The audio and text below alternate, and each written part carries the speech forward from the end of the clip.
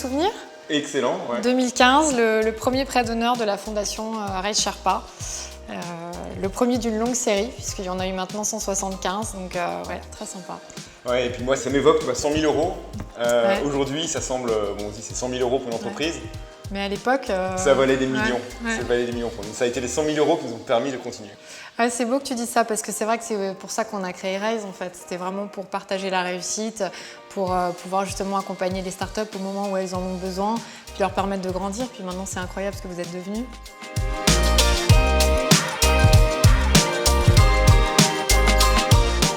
Dès le début de la création de Raise, on a vraiment eu envie d'avoir une vision assez innovante.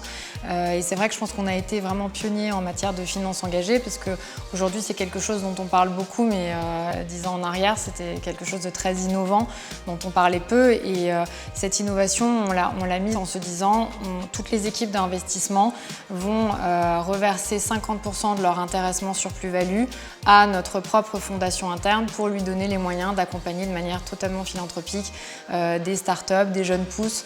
Et ça, c'est vrai que c'est un engagement très fort, puisque pour les équipes, c'est vraiment matériel. Et en même temps, c'est très vertueux pour le tissu économique français. Et c'était vraiment ça, toute l'innovation de notre modèle. Raise Sherpa, c'est vraiment notre activité philanthropique, l'accélérateur pour soutenir les startups avec vraiment l'idée de faire des programmes de mentoring, des prêts d'honneur à taux zéro sans aucune garantie pour pouvoir vraiment lancer et accélérer les startups au moment où elles en ont besoin.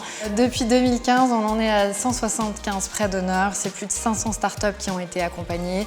On a la chance aujourd'hui d'avoir environ 150 mentors dans notre écosystème qui proviennent de grands groupes, des patrons de TI. Pour donner un autre chiffre, c'est 32 millions d'euros qui ont été aujourd'hui injectés dans le tissu économique français grâce à notre fondation Raise Sherpa. Effectivement, on était les premiers à bénéficier de ce chèque. Alors pour nous, ce prêt, il arrivait mais pile au bon moment, parce qu'on avait besoin de faire cette levée de fonds. Et pour faire cette levée de fonds, on avait besoin de l'Allemagne et on n'était pas capable avec nos moyens de lancer l'Allemagne. Et il nous manquait entre 80 et 130 000 euros. Et à ce moment-là, Clara, Gonzague nous ont dit écoute, on est en train de lancer quelque chose pour aider les gens comme vous. On tente l'aventure. Quand on a parlé de notre premier chèque reçu dans notre entourage d'entrepreneurs, les gens ne comprenaient pas ce que c'était. Ils disaient, mais attends, je comprends pas, c'est un fonds ou c'est pas un fonds?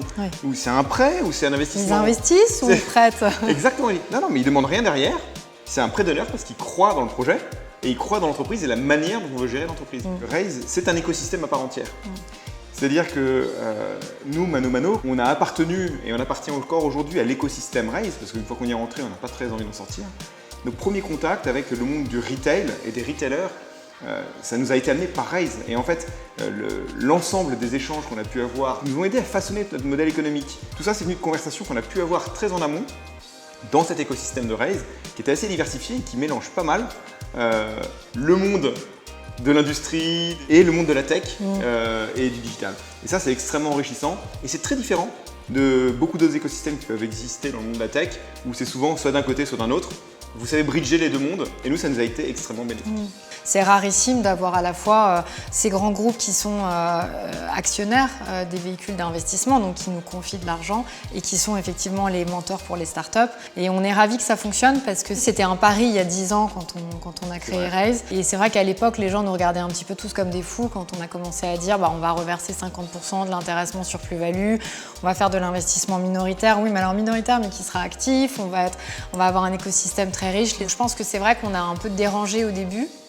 Et finalement, aujourd'hui, on a un petit peu été copié et on en est ravis. On a même aidé quelques concurrents à aller vers ces territoires-là.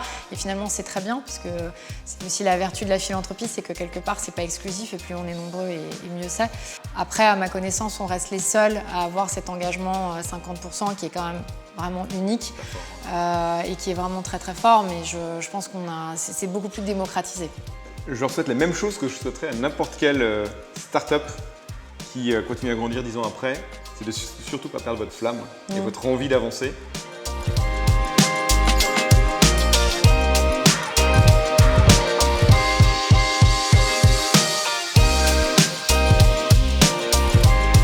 En fait, ma particularité, c'est que je connaissais Raise de ma vie d'avant.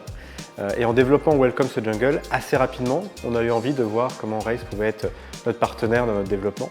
Et en 2019, ça a commencé avec un premier prêt d'honneur qui nous a permis de développer la société et aussi nous accompagner dans un tour de financement. On a aussi accueilli notre capital Feature pour notre levée de fonds en 2022. Ce qui nous avait plu à l'époque, c'est qu'à la fois il y avait bien sûr l'accompagnement financier, l'aide financière que proposait Raise, mais aussi l'écosystème Raise Sherpa. Quand on commence un projet, on a aussi envie de s'entourer de personnes qui l'ont fait avant, de personnes qui ont une certaine expertise pour nous aider à grandir.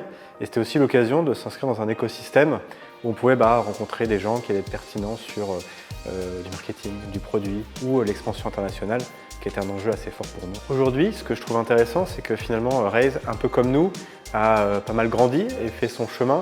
Sa particularité, en tout cas à mes yeux, c'est un positionnement relativement unique, notamment sur le sujet du give back et de la philanthropie, et qui est encore assez rare aujourd'hui sur le marché. Si on peut souhaiter quelque chose pour Raise, c'est que justement cette dimension elle puisse se développer de plus en plus.